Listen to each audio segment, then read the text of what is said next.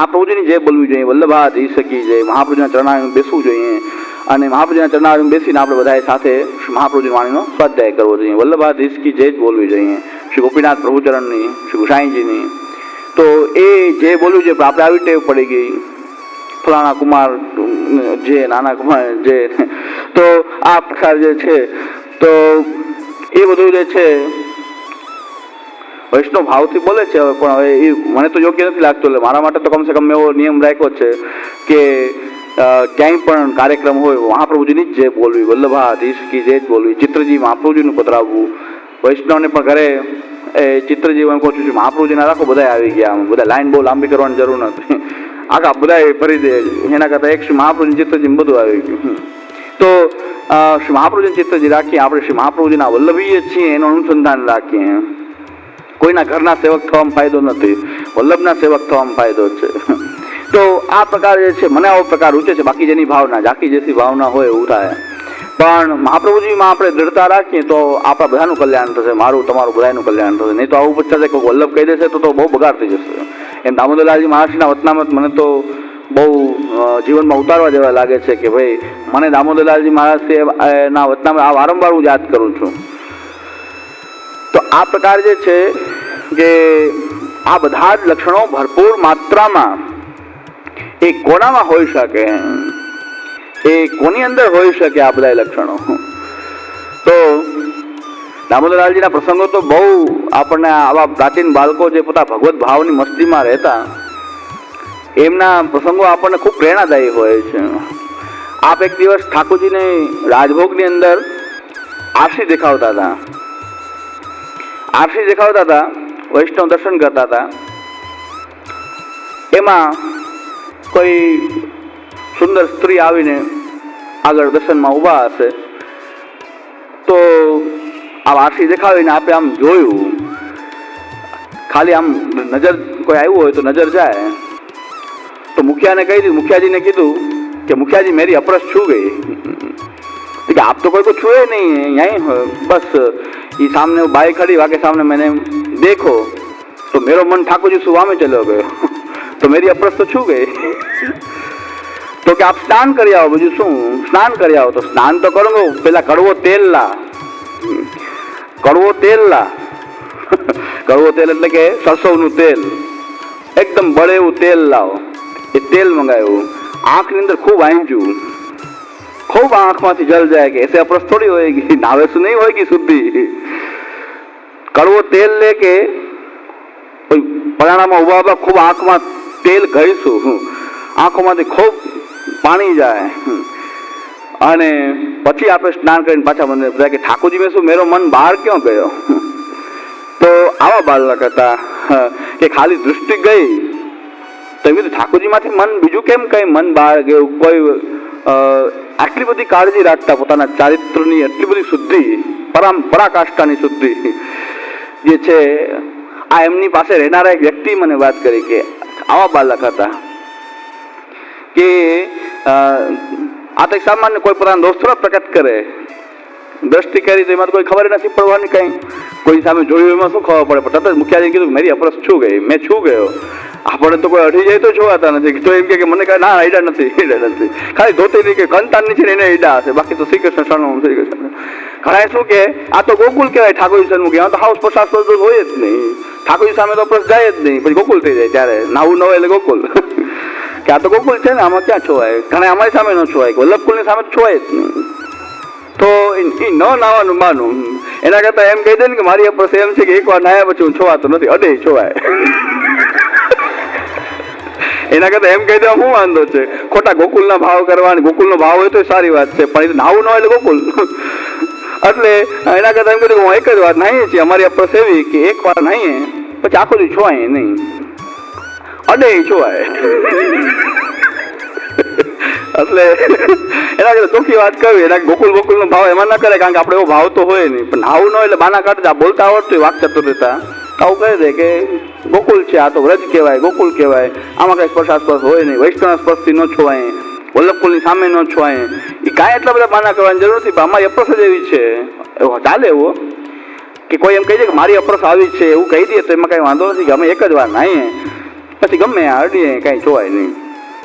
એટલે કારણ કે અમારા ભીતરિયાના પ્રસંગ તો કોઈ સાંભળ્યા હોય કે ન સાંભળ્યા હોય, પણ ભીતરિયાના પ્રસંગ તો એવા છે કે બાળકે કીધું કે તું સવારે કાલે અપરસમાં અહીંયા હતો, રાત્રે સામગ્રી કરતો હતો, સવારે એ તું બહાર ગયો, પાછું જોડ તો તારી એ નહીં છે, જોડ તો બીજી છે નહીં, તો તું નાહ્યો કેવી રીતે? જંગલે તો ગયો ને. એ ખણાવ નથી જોતા તમે? એ ખણાવ પહેરીને ગયો તો પછી શું જોવાય? અપરસની પરાકાષ્ઠા કહેવાય ને. એ મહારાષ્ટ્રીને એમ કીધું કે લે આપ કેવી વાત કરો છો, હું અપરસ ધ્યાન ન રાખું એવો છું? આપે શું શીખવાડ્યું છે કે ખણાવ પહેરીને બહાર જાઓ ક્યાંય ચક્કર મારવા તો ન છોવાય. તો હું આ 2 નંબર ગયો તો ખણાવ પહેરીને જ ગયો તો, અને પછી સામગ્રી કરું પછી નાવાની શું જરૂર? સાચી વાત છે, સાવ સાચી વાત છે. એટલે ત્યારથી અમરેલીગઢના બાળક ત્યારથી એમ કહેતા કે આના કરતા હાથે આપણે બનાવવું અથવા ભૂખું રહેવું. પણ ત્યારથી કોઈ દિવસ ભીતરેના હાથની અરોગતા નહીં. આ પ્રસંગ એના હાથથી 70 વર્ષ પહેલા જો આવી અપરસ હોય ભીતરિયાઓની તો અત્યારે કેવી હોય? 60-70 વર્ષ પહેલાનો પ્રસંગ છે, ક્યારે ભીતરિયાઓ હતા ત્યારની અપરસ આવી હતી. તો મહારાષ્ટ્ર આ સામગ્રી કરી ખાસ આવે કેટલીક ગ્રહણ કાઢો તો આ સુધી થાય નહીં, કારણ કે તો આવ્યો બહારથી ખાવા પહેરી ગયો, એ તો ન છોવાનો. આપણે શું કરવું? આપણું તો ભીતર આખું બધે આઈડો સામગ્રી કરી તો એ કે હું ધ્યાન રાખું એવો છું કે જેવો તેવો થોડો છું. હું આપે શીખવાડ્યું એમ જ કરીએ, અમે કઈ ઘોટાળો કરું, અનાચાર કરું? આ ખાવામાં જોતા નથી, હજી પહેરેલી છે. અને બહુ સૌમ્ય પ્રકૃતિના બાળક હતા, એટલે કે ખીજાણા નહીં, નકર તો 2 ઝાપટ ઈ ખણાવથી જ 2 મારે. ખણાવ ઈ ખણાવ લઈને 2 મારવી જોઈએ માથે કે તું તો એટલે અમને બધાને બગાડે. પણ એ બહુ સૌમ્ય બાળક હતા, એને કીધું કે જવા દો, હવેથી આપણે કાળજી રાખીએ, આવા ભીતરે નવડાવવા શું કામ? હાથે ન બનાવી લેવું, રોટલીનું શાક હાથે બનાવી લેવું, અથવા તો ભૂખા રહેવું, બીજું શું? તો આવાને શું કામ અંદર નવડાવવો જોઈએ? આપણી ભૂલ કે એની ભૂલ? એ તો બિચારાને શું ભૂલ? તો 70-80 વર્ષ પહેલા સાંભળેલી વાત છે, આપણે જોયું નથી, પણ સાંભળેલી કે આવી અપરસ ત્યારે પણ હતી. અને આપશ્રીએ પોતાના મુખારબેનથી આ કહેલું છે કે અમારા ઘરમાં તો આવું હોય છે, અને એટલે અમે હાથે બનાવીએ છીએ. કે જેથી આટલો બધો પરિશ્રમ શું કામ કરો છો? રસોઈ બનાવવી હાથે કરવું એના કરતાં 2 માણસ રાખી લ્યો તો. કે રાખી તો લઉં, પણ આ ખણાવ પહેરીને જાય એનું શું કરવું? ખણાવ પહેરીને જાય તોય નાય નહીં. એના કરતાં તો સારી અપરસ કહેવાય કે નહીં, કે કોઈ અડે ને આપણે ન નાહેલા હોય ને કોઈ કરી જાય અને આપણે એમ કહે છે કે હું ચલાવું છું, તો એ સારી અપરસ કહેવાય કે ન કહેવાય? એટલે અમારી તો આવી લીલા હોય કે અમારા ઘરની અપરસ આવી હોય, ભલે ગમે એટલા કરવા અને બધું રાખ્યું હોય બધું, પણ અંદર બધું આવવું હોય. એટલે એના કરતાં વૈષ્ણવ કદાચ એમ કહી દઈએ કે આપણે કોઈ અડી જાય તો અમે નાહતા નથી, કારણ કે અમે એક જ વાર નાહીએ તો સારી વાત છે, મને તો કંઈ ખરાબ ન લાગે. કારણ કે 70 વર્ષ પહેલા આવી અપરસો હતી. એટલે કોઈને ખણાવ પહેરવાનું શીખવાડવું ને તો ધ્યાનથી શીખવાડવું. ખણાવ અમુક જગ્યાએ જ ચાલે, ખણાવ બધે ન ચાલે. એમ જ્યાં શીખવાડી દઉં, કોઈ અપરસ શીખવાડતો હોય તો એવી રીતે શીખવાડવું. તો ઘણા થોડોક માર્ગનો, સિદ્ધાંતનો, ગ્રંથનો, આપણી પરિપાટીનો થોડોક અનુભવ પણ જરૂરી છે. અમારે ત્યાં એક બાપા રહેતા, એ વ્રજમાં ગયા, મરજાદ લઈને આવ્યા. વ્રજમાં જઈને મરજાદ લઈને આવ્યા અને કોઈ અનુભવ નહીં. પછી મરજાદીએ શીખવાડ્યું કે પ્રસાદ લઈ સોપારી કે બીડી કંઈક લઈ લેવી. તો અમારા ઘરમાં એ આવતા 15-20 દિવસ રોકાતા. તો એ આવ્યા કે હવે મેં મરજાદ લઈ લીધી જ છે, તો કાંઈ વાંધો નહીં, તો મરજાદી તો આપણે ક્યાં વાંધો, અમે મરજાદી તો છીએ, અમે તો પાત્ર ધરશું તમને. અમે બધા આજ્ઞા દેનારા પાછા, તમે પાકા મજા તો અમે એના કરતા પાકા, કે આજ્ઞા અમે આપીએ. એટલે અમે ધરી દેશું પાત્ર, કાંઈ ચિંતાની વાત નહીં. પછી સોપારી, ઠાકોરજીની સામગ્રીની સોપારી પહેલાં અમારે ત્યાં ખાંડવામાં આવતી. સોપારીને ખાંડીને ભૂકો કરતા, ખાંડની દસ્તાથી ખાંડવાનું, મશીન બસીન નહોતા. તો એને ખાંડવા આપી હતી. એ ખાંડતા ખાંડતા પ્રસાદની પાત્ર ઊભા થઈ અને પ્રસાદ લીધો. પ્રસાદ લઈ એમાંથી બીડી લીધી.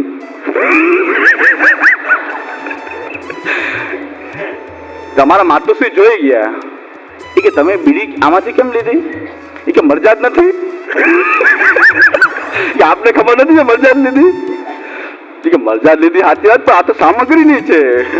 એ કે મને એમ શીખવાડ્યું છે પ્રસાદ લઈને બીડી લેવી જોઈએ, નકર કોઈ વાટી જાય તો મરજાદ વહી જાય. પ્રસાદ લીધા વગર જો બીડી મારી પાસે હતી નહીં અને પ્રસાદ લીધા વગર હું આટા મારું કોઈ અડી જાય તો મને શીખવાડ્યું છે કે મરજાદ જાય। માતુશ્રી અમારા સીધો એમ જ જવાબ આપ્યો એને કે તમે કેમ બીડી આમાંથી લીધી? અમારા માતુશ્રી એમ કીધું કે કેમ બીડી આમાંથી લીધી? કે મરજાદ નથી મારે, આપને ખબર નથી મેં આજ્ઞા લઈ લીધી છે?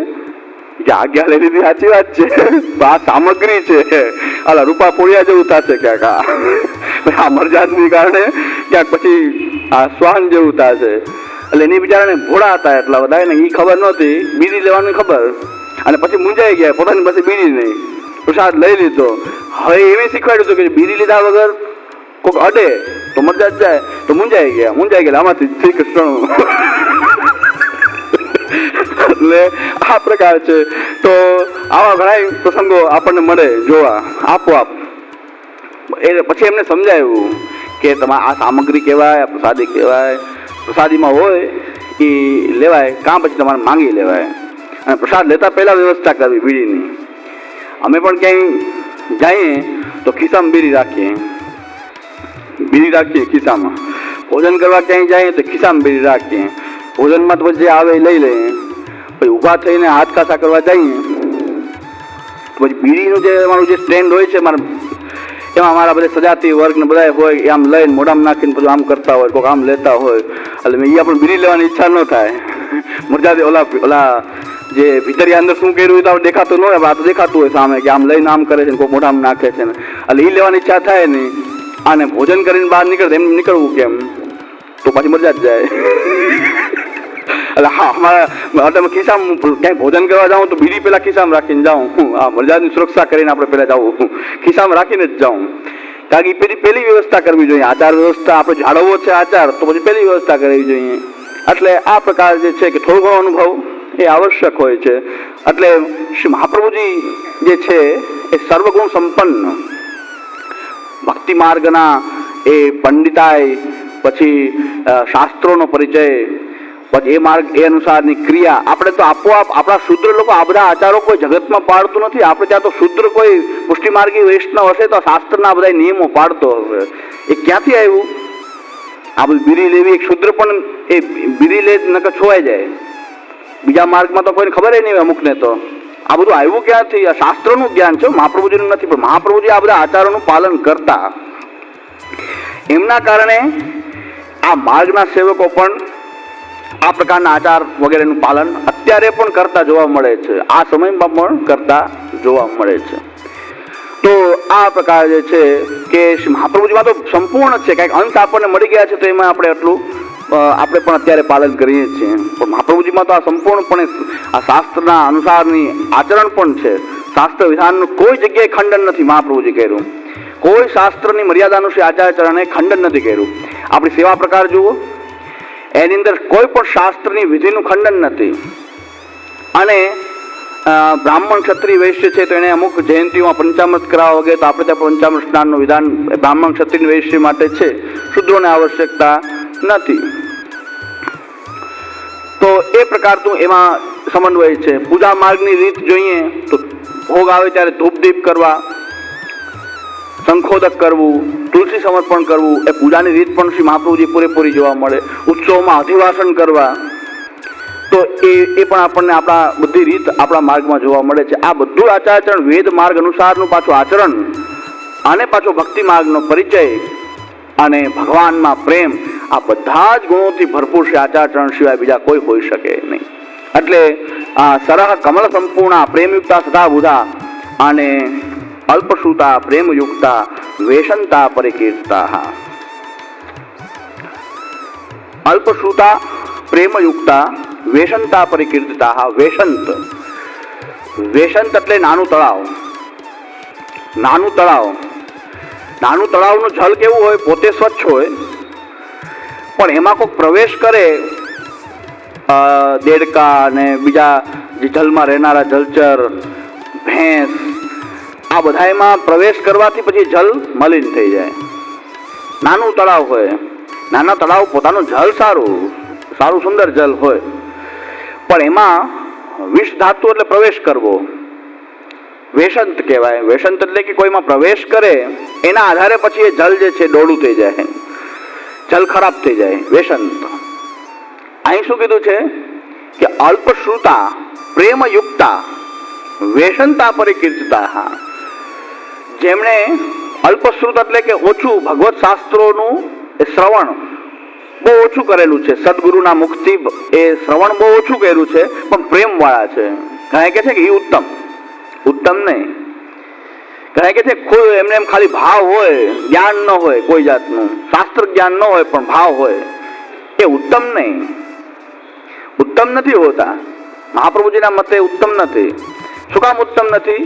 કે અલ્પશ્રુત છે, સાંભળ્યું છે બહુ ઓછું, પ્રેમ વાળા છે, પણ પોતે શુદ્ધ હોય, પણ જેવો એને સંગ ખરાબ પ્રાપ્ત થાય તો પોતાનું જ્ઞાન ન હોવાને કારણે દુસંગ જલ્દી લાગી જાય. પોતે જ્ઞાની હોય તો દુસંગ ન લાગે.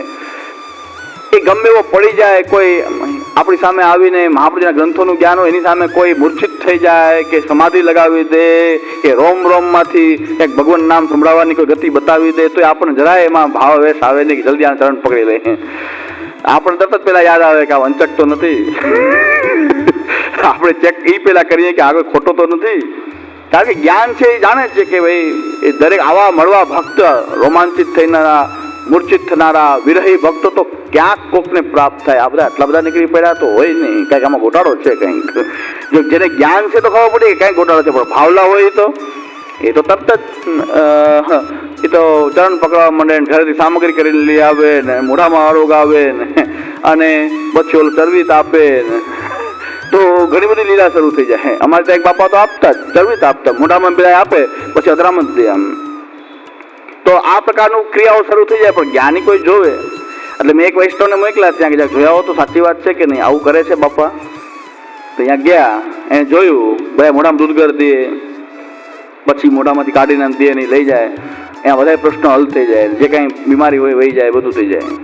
એવા હોય તો મેં કીધું જોયા આવો પછી આપણે બોલાય, કોઈને એમને એમ કંઈ બોલાય નહીં, ચેક કરી આવો, તમે જ્યાં સત્સંગમાં બેસી આવો શું કરે છે. જોઈને મને કીધું કે હા બધું એવું જ ચાલે છે, તો બધું કરે જ છે એવું. તો આ પ્રકારનું છે. તો ખાલી પ્રેમ વાળા હોય તો આવી જાય. અલ્પશ્રુત છે, બહુ ઓછું સાંભળેલું, ઓછું ભણેલા, એટલે કે શાસ્ત્રનું જ્ઞાન, આપણા પુષ્ટિમાર્ગી ગ્રંથોનું જ્ઞાન ઓછું હોય. આ બધાની સાથે હું પુષ્ટિમાર્ગ થોડું સાંકળી લઉં છું એટલે આપણને તરફ સમજાય છે. પુષ્ટિમાર્ગમાં બધી લીલા જોવા મળતી હોય, બાર શું ઉદાહરણ લેવું ક્યાંક બહારથી? બધા ઉદાહરણ સમજાવવા માટે આપણે બધા બિરાજતા જ હોય રત્ન, તો પછી બહારથી શું કામ ગોતું? હા, એટલે અહીંથી જ આપણે જોઈએ કે આવું આપણા માર્ગમાં બધું થતું જ હોય છે. આજુબાજુ આપણે આજુબાજુ બનતું હોય તો પોતે સાચા હોય, વૈષ્ણવ જે કાંઈ હોય છે એ સાચા હોય, પણ અલ્પશ્રુત હોય તો એનો ભાવ જે છે ગંદો થવાનો, દુસંગ લાગવાનો ભય ત્યાં વધારે છે. અને પોતે દુસંગી હોય તો એ જ્યારે કથા ગાન કરે તો એનો ભાવ પણ એ ઉત્તમ હોતો નથી. અલ્પશ્રુતા પ્રેમયુક્તા, આ 84 ને 252 જે જાણે અને મહાપ્રભુજીના ગ્રંથોનું જ્ઞાન નથી ને એ બધા આવા છે. અલ્પશ્રુતા પ્રેમયુક્તા વેસનતા પરિકીર્તિતા. એ તો મહાપ્રભુજીના ગ્રંથોનું જ્ઞાન હોય તો કયો પ્રસંગ સિદ્ધાંત છે, કયો અપવાદ છે, એનું જ્ઞાન એને બરાબર થાય કે આ સિદ્ધાંત રૂપમાં લેવાય, આ અપવાદ રૂપમાં લેવાય. અહીં કંઈક ઠાકોરજીનો પ્રમેય છે, અહીં ભગવત ભક્તનું કંઈક મહાત્મ્ય છે, આ બધી દ્રષ્ટિ એને આપવામાં આવી જાય. જો વ્યવસ્થિત શ્રુત હોય તો, વ્યવસ્થિત સદગુરુના મુખથી અધ્યયન કર્યું હોય શાસ્ત્રોનું, મહાપ્રભુજીના ગ્રંથોનું, 16 ગ્રંથનું, તો વાર્તા પ્રસંગ, ખાલી વાર્તા પ્રસંગ થોડા ઘણા સાંભળ્યા હોય તો પ્રેમ વાળો હોય, પણ અલ્પશ્રુત હોવાને કારણે દુસંગ એને જલ્દી લાગે. એને દુસંગ જે છે એ જલ્દી લાગી જાય, એ જલ્દી કોઈની વાતમાં આવી જાય. એનો ભાવ કેવો છે? પોતે શુદ્ધ હોવા છતાં દુસંગને કારણે દોડાઈ જાય. તળાવ જે વેસંત છે પોતે સારું હોય પણ એમાં ભેંસ વગેરે પડે, એમાં જીવજંતુ પડતા હોય કે એમાં દેડકાઓ વધારે થઈ જાય તો એના કારણે બધું એ ડોળાયેલું જલ થઈ જાય. કે બહુ એમાં કઈ પ્રવાહ તો હોય નહીં તળાવનો, કે ઉપરથી કઈ જલ આવતું એવું ન હોય, એક ભરાયેલું હોય. ભરાયેલા જળમાં જો આ વધારે પડતા આવા બધા પશુઓ વગેરે આવે તો એના કારણે પછી ગંદકી ફેલાવે, કપડાં ધોવાતા હોય, અહીંયા વાસણ માંજે. આપણે તો પાણી જ્યાં જોઈ જઈએ ત્યાં બધું આવું જ ચાલુ થઈ જાય, તો એ બધું એ જલ ધીરે ધીરે ગંદુ થઈ જાય. એટલે અલ્પશ્રુતા પ્રેમયુક્તા વેષનતા પરિકીર્તિતા અને કર્મશુદ્ધા પલ્વલાની તથા અલ્પશ્રુત ભક્તયઃ. અહીં બે પાઠ છે, અલ્પશ્રુતિ ભક્તયઃ, અલ્પશ્રુત ભક્તયઃ.